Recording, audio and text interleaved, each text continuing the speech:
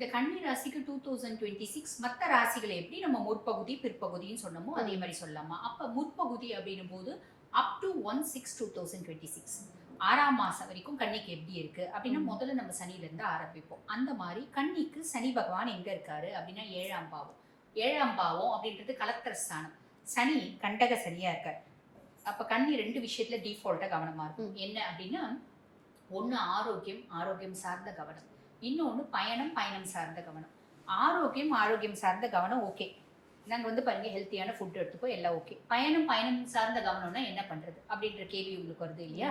இப்ப கன்னி வந்து பாருங்க இன்பில்ட்டாவே உங்களுக்கு வந்து புதன் உச்சமடையக்கூடிய ராசி.